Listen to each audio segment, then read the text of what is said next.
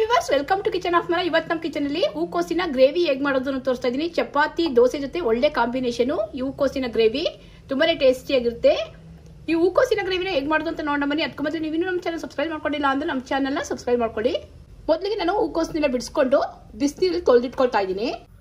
ಕುದಿಯ ನೀರಿಗೆ ಹೂಕೋಸು ಹಾಕಿದ್ದೀನಿ. ಸ್ವಲ್ಪ ಅರಿಶಿಣ ಮತ್ತೆ ಉಪ್ಪಲ್ಲಿ ಒಂದೆರಡು ನಿಮಿಷದ ಕಾಲ ಕುದಿಯಕ್ಕೆ ಬಿಡಬೇಕು.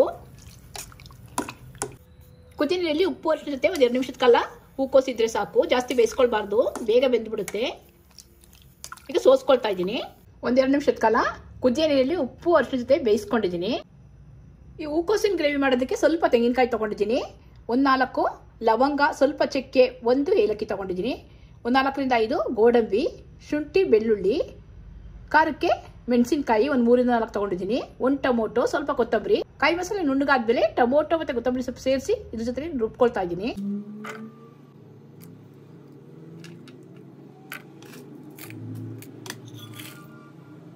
ಕಾಯಿ ಮಸಾಲೆ ನುಣ್ಣಗಾದ್ಮೇಲೆ 1 ಟೊಮೊಟೊ, ಸ್ವಲ್ಪ ಕೊತ್ತಂಬರಿ ಸೊಪ್ಪು ಸೇರಿಸಿ ರುಬ್ಕೊಳ್ತಾ ಇದ್ದೀನಿ. ಮಸಾಲೆ ರುಬ್ಕೊಂಡಿದ್ದೀನಿ. ಈಗ ಒಂದು ಪಾತ್ರೆಗೆ ಒಂದು 3ರಿಂದ 4 ಸ್ಪೂನ್ ಅಷ್ಟು ಎಣ್ಣೆ.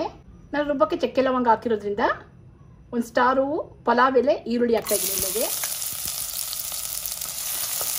ಸ್ವಲ್ಪ ಫ್ರೈ ಮಾಡ್ಕೊಳ್ಬೇಕು. ನೀವು ಈರುಳ್ಳಿನ ರುಬ್ಬು ಕೂಡ ಹಾಕೊಳ್ಬೋದು, ಗ್ರೇವಿ ಚೆನ್ನಾಗಿ ಬರುತ್ತೆ. ಇಲ್ಲಿ ಸಣ್ಣಗೆ ಹೆಚ್ಚಾಕಿದ್ದೀನಿ.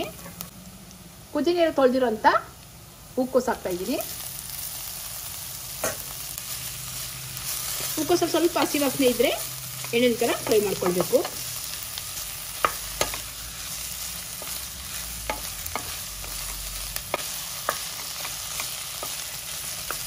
ಹಸಿ ವಾಸನೆ ಎಲ್ಲ ಹೋದ್ಮೇಲೆ ರುಬ್ಬಿರೋ ಅಂತ ಮಸಾಲ ಹಾಕ್ತಾ ಇದ್ದೀನಿ.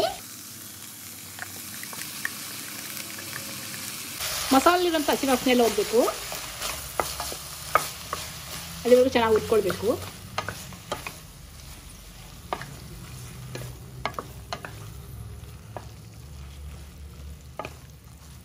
ಗ್ರೇವಿ ಸ್ವಲ್ಪ ಜಾಸ್ತಿ ಮಾಡ್ಕೊಳ್ಳೋದಾದ್ರೆ ನಾನು ತೋರಿಸಿರೋಂಥ ಮಸಾಲೆಗಳ ಐಟಮ್ನೇ ಸ್ವಲ್ಪ ಜಾಸ್ತಿ ಹಾಕೊಳ್ಬೇಕಾಗುತ್ತೆ. ಮಸಾಲೆ ಇರೋಂಥ ಹಸಿ ವಾಸನೆ ಎಲ್ಲ ಹೋಗಿ ಒಳ್ಳೆ ಘಮ ಬರ್ತಾ ಇದೆ. ಮಸಾಲೆ ಜಾಸ್ತಿ ತೊಳೆದಿರೋಂಥ ನೀರು ಸ್ವಲ್ಪ ಹಾಕ್ತಾ ಇದ್ದೀನಿ. ನೀರು ಬೇಕು ಅನ್ಸಿದ್ರೆ ಇನ್ನು ಸ್ವಲ್ಪ ಹಾಕ್ಕೊಳ್ಬೋದು. ಇನ್ನೊಂದು 2 ಸ್ಪೂನ್ ಅಷ್ಟು ನೀರು ಕೂಡ ಆಡ್ ಮಾಡ್ಬೋದು. ಇನ್ನೊಂದು 2 ಸ್ಪೂನ್ ಅಷ್ಟು ನೀರು ಕೂಡ ಹಾಕಿದ್ದೀನಿ. ರುಚಿಗೆ ತಕ್ಕಷ್ಟು ಉಪ್ಪು.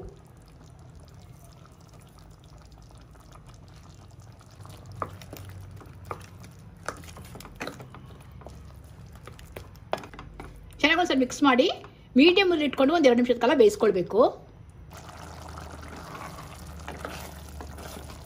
ಉಪ್ಪು ಮಸಾಲೆಯಲ್ಲಿ ಒಂದು 2 ನಿಮಿಷದ ಕಾಲ ಹೂಕೋಸು ಚೆನ್ನಾಗಿ ಬೆಂದಿದೆ. ಹೂಕೋಸಿನ ಗ್ರೇವಿ ರೆಡಿ ಆಗಿದೆ. ಚಪಾತಿ, ದೋಸೆ, ಪರೋಟ ಜೊತೆ ಒಳ್ಳೆ ಕಾಂಬಿನೇಷನು ಈ ಹೂಕೋಸಿನ ಗ್ರೇವಿ.